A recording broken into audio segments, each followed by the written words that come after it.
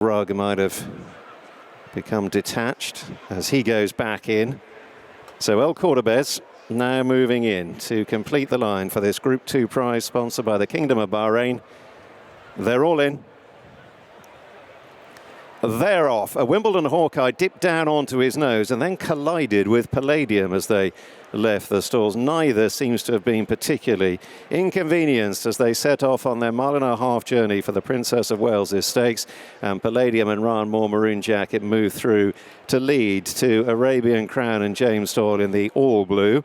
Wimbledon Hawkeye, the yellow silks for Sean Dillon Bowen in third place, and Will Buick, the white cap, restrains El Cordobes, last of the quartet as they move towards the end of the third furlong. Small field, but they're going along at a decent early gallop, and that pace is being set by Palladium. Arabian Crown just being angled off Palladium's quarters and tugging his way up to within a half length of the lead as they begin to bear right-handed towards the end of half a mile. El Cordobes around the inner of Wimbledon Hawkeye. They race in pairs as the Bunbury Mile stretches before them on down towards the final 7 furlongs. Palladium leading up to Arabian Crown. El Cordobes held together by Will Buick closest to the running rail, and Wimbledon Hawkeye last of a well-grouped field as Ryan Moore and Palladium lead them down towards halfway. The quartet covered by no more than 2 lengths. Arabian Crown at the leader's quarters. El Cordobes at this stage in a pocket and kept in by Wimbledon Hawkeye. Moving on down towards the 5 marker, staying close to the rail. And Palladium, Ryan Moore in pursuit of a 5th win in this Group 2 prize, leading Arabian Crown and James Doyle. El Cordobes and Wimbledon Hawkeye waiting in the wings as they deep inside the last half mile now, heading down towards the 3. Palladium, Arabian Crown, El Cordobes will need an out fairly soon. Will Buick will just be looking for a little bit of daylight. He's just being kept in. Wimbledon Hawkeye has got clearer sailing out wide, Yellow Jacket, as they run down towards the last quarter mile. And now Moore shakes up Palladium as Arabian Crown in the all-blue comes alongside. Wimbledon Hawkeye on the right making his effort. El Cordobes has had to manoeuvre right around the field. Down into the dip, a furlong and a half to go. Palladium seen off. Wimbledon Hawkeye in the middle of a line of 3 goes to the front. Arabian Crown under the rail. Here's El Cordobes delivering his challenge now under Will Buick. And El Cordobes has come surging through to grab the lead and begins to stretch on. A British landmark winner. 2,000 for Will Buick as El Cordobes wins the Princess of Wales' Stakes. Wimbledon Hawkeye in second. Arabian Crown in third. Palladium last of 4.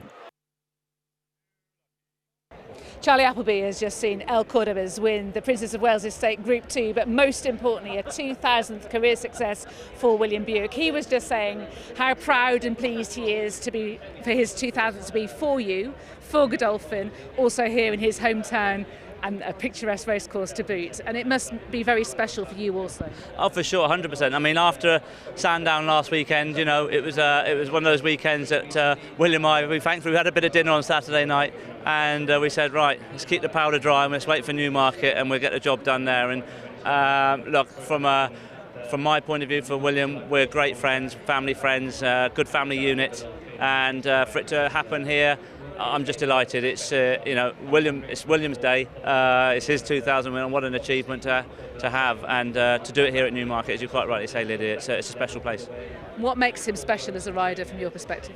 Oh, I don't know if we've got long enough, have we, to go through it all? But anyway, look, I think first and foremost is we get on well, Lydia, and I think, you know, in any business, sport, life, whatever it may be, you're always going to have your ups and downs. And I think at the end of the day, when you finish getting through the downs and you're still, you know, happy to, you know, meet and greet one another and get on with it, then that puts a good grounding to the pair of us that we know what this sport can be like, and life can be like. You've got to just get on with it, and I feel we do that well together.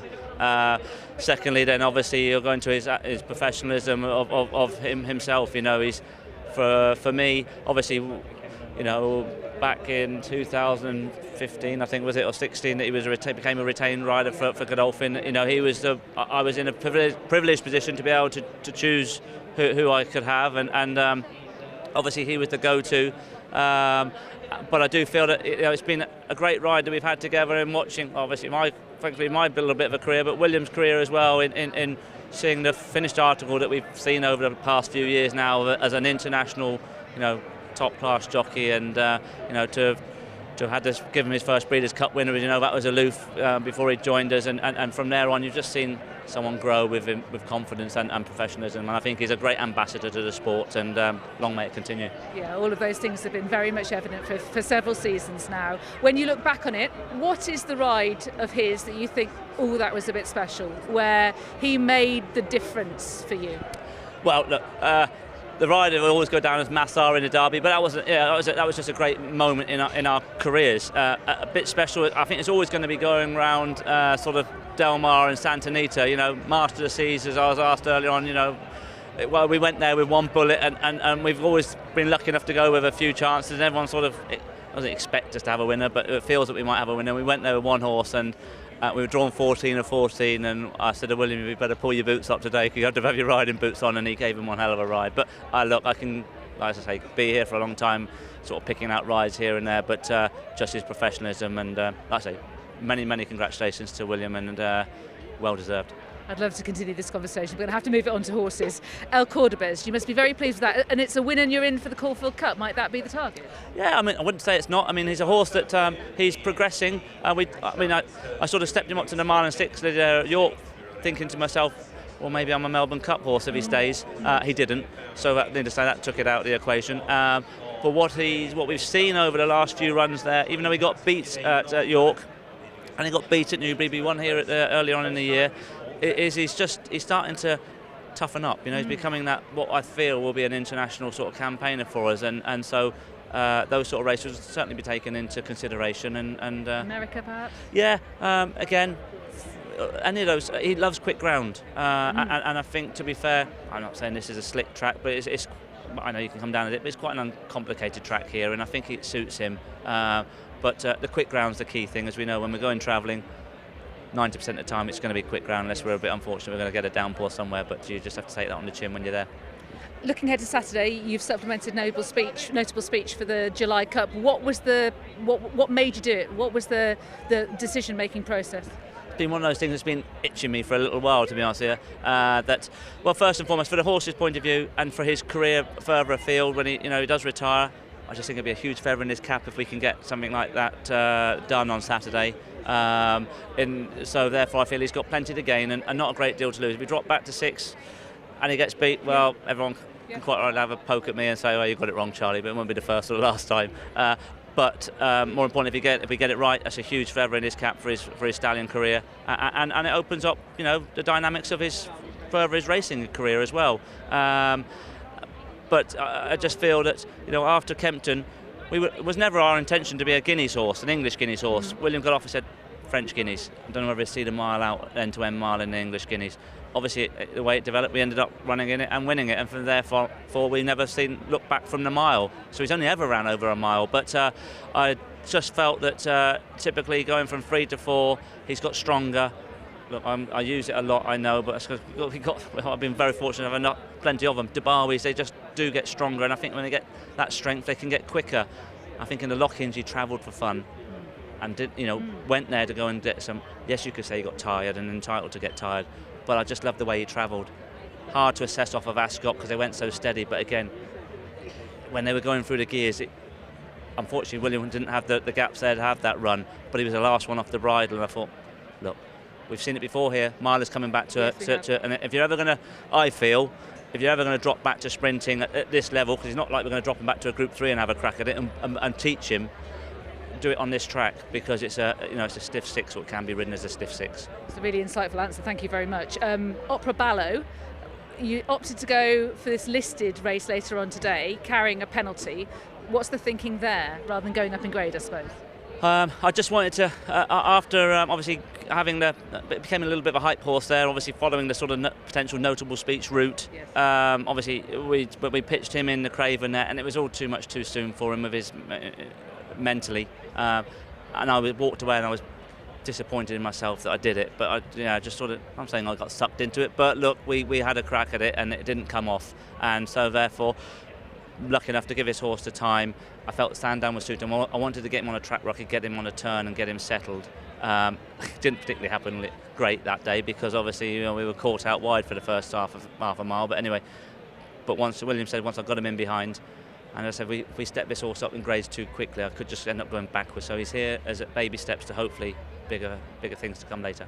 2 quick-fire questions left. Reflections on Maximised in the July Stakes? I don't really have an answer, to be honest with you. They're disappointing. I mean, they went some scorching fractions, but I never felt comfortable watching him throughout the race. He came off the bridle sort of halfway into the 3 and the 3 to the 2, thought at 2 to the 1 he was coming into it, and then sort of weakened out of it really. So I don't have an excuse as yet. Okay, go home and find out, I guess. And you've got the filly in the next race, Crimson Rose. Yeah, she's a filly. Look, she's got a run under her belt. She has come forward for that experience at Chelmsford, but I don't think she's a stakes filly. But she's a filly that, if she can use that bit of experience that she's gained, she might make her a player. Okay, well, Charlie, it was a pleasure talking to you about so many different things there, and really good to relive what William Buick and celebrate what William Buick means to you and the operation. Congratulations. Thanks very much, Lydia. Thank you. Thank you. So, William Buick is 2,000 up and it's coming to the Group 2 Prince of Wales Stakes with El Cordobes. Many congratulations, great to do it in a group race as well. Yeah, exactly. You know, to be honest with you, I was made aware of it because I can't remember my 1,000 ever being noticed. So you just, we do it so much and so often, and then you count worldwide. Is it in England? Where is it? So I was made aware of it, but I was sort of 40 odd away from it then, and that can be a long time in racing. So 40 odd winners. So then it got down to single figures, and then I sort of looked at where I was, and I'm thinking, it could happen at various places that aren't as glamorous as Newmarket July meeting. No offence, but I didn't spare it, of course. But to do it here at my home track, Newmarket July course, for Charlie Appleby and Godolphin in the Princess of Wales, just makes it all the more special. So it wasn't by design. You can't design these things. It just happened like that. But I'm very pleased it happened like it did. When you reflect on those 2,000, what's the one ride that you were secretly most proud of? Well, I don't really know quite how to answer that one, but the one race that stands out would be the Derby, of course. So far that's the only one to date, but the Derby's special. We all know that. That's the one race that everyone wants to win. Since I was growing up, I wanted to be champion jockey and win the Derby. So luckily I've ridden some fantastic horses for some fantastic people, and the support I've had all through my career, from my apprenticeship with Andrew Balding to my great time with John Gosden, and then now with Charlie and Godolphin. It's been I've always been in a very privileged position, and I still am. So I'm grateful to all the support I've had along the way, and also I've ridden some fantastic horses over the years, and long may that continue. Absolutely. This horse, El Cordobes, you look very confident throughout. Is that how you felt? We sort of took a chance with him today. We probably didn't learn much about him at Newbury, and then he was too far from at York over mile 6. So today we thought we'd just take a chance, drop him in, and see what happens. I thought he did well. I thought he travelled through the race supremely well, and he picked up good. Obviously the race wasn't as competitive as what it ought to be with Ghostwriter not running, but I thought El Cordobes did really well, and I don't think he's a finished article yet. I still think he has some progression in him. Could he deal with international targets as well? Yeah, he could. Yeah, he could. He's a well-seasoned horse. He does get a bit hot, but that's just his nature. So he's a very straightforward horse. William, congratulations on your 2,000th winner. Well done. Thank you very much, Lydia. Appreciate it. Thank you. Watch live racing now on racingtv.com.